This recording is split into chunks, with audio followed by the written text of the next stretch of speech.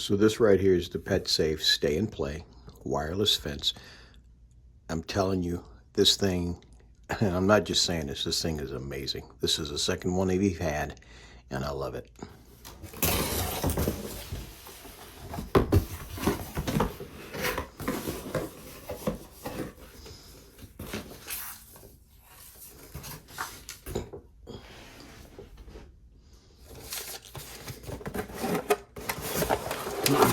So as you can see,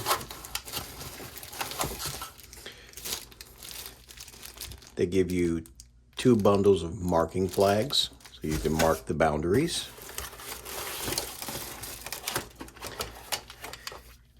Here you get your charger, where you can actually plug it into a standard AC outlet.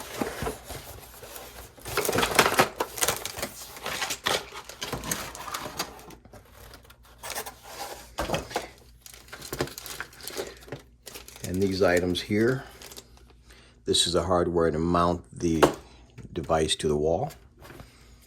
This is your charger for the actual collar. I just know that from having had one before.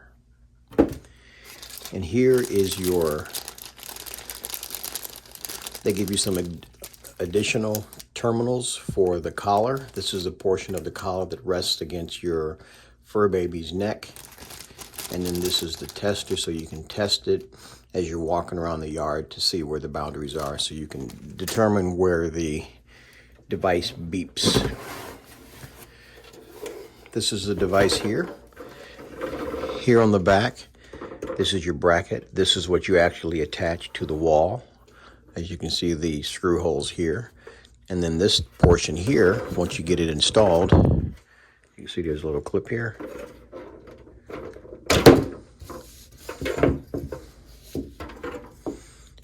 Just locks in place. Super simple. Then on the back, it has a plus and minus, and it has a range here. This is how you adjust the sensitivity of the transmitter itself. And then last but not least, before we head outside to kind of walk you through some of the things, this is the adjustable collar that it comes with. This one is red, as you can see.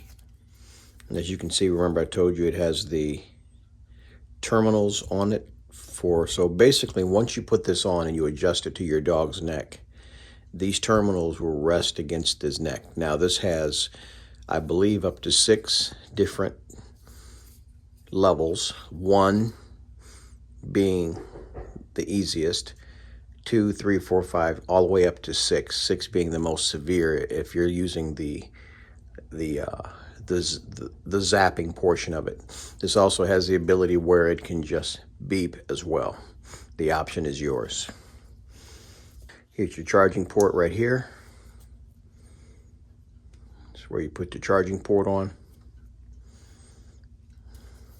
And just from prior experience, once you have it charged, there is a indicator light that blinks. The indicator light, you can get, unless it's actually actively going off and the dog is being, alerted by it, whether it's beeping or actually shocking him, you can get probably close to about a month of collar time before you have to charge it up again. So now we're going to go outside. I'm going to kind of show you from an external standpoint kind of how this works. So obviously your device is going to come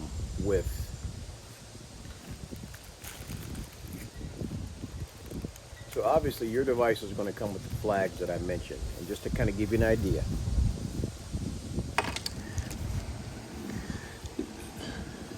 so in the case of our property, this is just to give you guys an example. So what we wanted, if you look over there where you see the privacy fence, you see the window, that's where the lower part of the house is.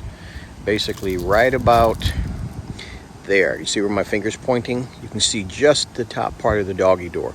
So that's the dog's room. So my wife and I wanted it set up so he could go from there about 15-20 feet that direction, 15-20 feet up this hill, and then just about to the gray chair that you see over there, the farthest one, that you see there on the left side of the fire pit. So what you would do is you want to place your device somewhere in an area that's inside the house. This device cannot be outside. It has to be inside because the weather, rain and snow and all that stuff will destroy it. So you also don't want to put it in an area where there's metal, like in a metal shed or something, because it'll interfere with the transmitter. So where we had his is just over there where I told you. We actually keep it on the wall in his room because the way this device works, it forms like a large circle center, and then there's a big circle that goes around. And when you get your device in your manual, it will break this down even further. But basically, just picture a dot right in the center and a circle going all the way around, a perfect circle going it around. So that's kind of what you're doing. So the challenge that we had, because his doggy door is so far over there, it limited him coming this direction, if that makes any sense. So he could go a pretty good distance that way, but not so far this way. So it took some playing around, but we finally got the sensitivity and everything set up to where he could go from the gray chair over there, probably about 10 or 15 up this hill beyond the house, and then I would say probably 20 or 30 feet past his doggy door on that side. So, and then we ended up putting up some additional fencing and stuff so he couldn't go around to the front of the house, because our big baby boy is a Great Dane. He's scary looking, he barks loud, but he is a big baby. He loves people, so he always wants to run up to the UPS man or the FedEx man or whatever, so we had to make it so he's not bothering people. So, but he has free roam all he wants back behind the house here. So once you kind of have an idea of where your perimeter is going to be, you want to place the flags where your perimeter is. Okay, and then once you kind of figure out where your perimeter is, you know, your preference and what the manual says, you're going to place these flags, and you're going to adjust these flags. And the only reason you put the flags is because it lets you, and the only reason you're placing the flags is because it kind of lets you know generally where the boundaries are. And then what you're going to do, I'll show you that in a second. And to be honest with you, they give you about, looks like about 40 flags. So you have plenty of flags. And you don't have to place them that close to each other. So once you get your flags where you think you want them, and again, remember, imagine a circle and a dot in the center. Okay, so wherever you move that transmitter, it's going to move that circle further out. So if this is your diameter and you have your transmitter in the center, if you move your transmitter closer to where my thumbs are, it's going to move your circle further this way and not so much this way, or this way or that way, if that's making any sense. It's going to be based on where you put that transmitter. So the closer you have your transmitter to the back of the house, the more room he's going to have up the hill. The more you move it towards the center of the house, he's going to be limited being able to go around the house. But with all that being said, we had another doggy fence, the little less inexpensive one where you put the little thin wire under the ground. He ran right through that like it was nothing. So we knew at that point we had to get something that was, and I'm not proud of saying it, but we had to use the shock on our dog to get him used to it. Then we went to using the beep, because he's a stubborn dog, you know, and he's a big dog. I mean, he weighs about 160 pounds. So once he felt that shock, he did not want to go beyond it. So here was the tricky part, and I will just give you guys a little bit of information. So once you put this collar on your dog, okay, they give you this little device here. And the way this little device works is, actually, let me go back. Before you put this on your dog, you see the two little terminals? So once you charge this thing up, these things will shock your dog. And I'm telling you, I felt it, and it's a shock. So what happens is, once you're walking around and you have your flags where you think you want them, what a lot of people do is they will take this device and they will take those two little metal terminals, as you can see there, and they will touch the screw terminals. And what this does, this acts as a connection device. It's almost acting as the transmitter, causing these to connect, and it will beep. So once you set your transmitter where you want it in the house, then you adjust the dial, the sensitivity where you want it. Then you have to walk out and start kind of walking, and you're going to have to use this to kind of see where it beeps. Once you hear the beep, okay, place a flag. Then you start walking a little bit further up the hill. You know what I'm saying? And then you hear the beep again, you place another flag. So the whole time you're setting up your perimeter, you are walking around with this little device on the collar. And it will kind of let you know where it's, every time you hear the beep, place a flag. Walk a little further, place a flag. So you also want to go as far out as you can and as far up, so you know where those boundaries are.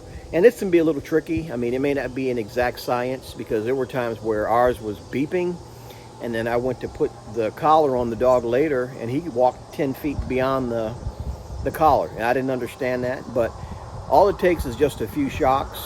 So what we did with our dog is, once we put the collar on him, we actually put a leash on our dog. And what we did was, we set the button to, I think it was like, there's 6 settings, like I said. We had it on like 3. Enough to shock him, because he's a big dog, just to get his attention. So what we did was, as we would walk, I would intentionally, and I know some of you are going to hate to hear this, I intentionally wanted him to feel the shock, because I knew the beep wouldn't faze him. So I intentionally wanted him to feel the shock. And once we got close to where the perimeter was, you could see his reaction, like he would yelp a little bit. So what I would do is I would pull him in towards the house, because I knew that's where the transmitter was. He wanted to run that way. So if he had run that way, he would be getting zapped continuously as he's running. So you're going to have to work with the dog once you set it up. So you want to walk him around the perimeter that you set up with the leash on. You want to walk him close to the terminal and let him feel that little bit of that shock, because it normally beeps a few times before it actually shocks him. So after a while, our dog got to the point where he knew when that thing started beeping, he was running back to the house. I mean, you look at our house right now, he would not come off that porch. He would stop right there. Now, if I called him, he would come to me. And then I would take the collar off, and then he and I would go for a walk on the property here. I'm telling you guys, make sure that you get your perimeter set where you want it, and then put a leash on your dog, and then walk him around the perimeter. Okay, only after you've done this, so you kind of know where the perimeter is where you want it. Then once you charge the collar up, put the collar on his neck, you take the leash, you set it to, and you can do whatever you want with your dog. I know my dog, I knew we had to give it the shock. Yours may be one where he may be okay with just the beep. I don't know. Our dog now is at the point where the beep is just fine. When he hears that beep, he is running towards the house, because he does not want to feel that shock.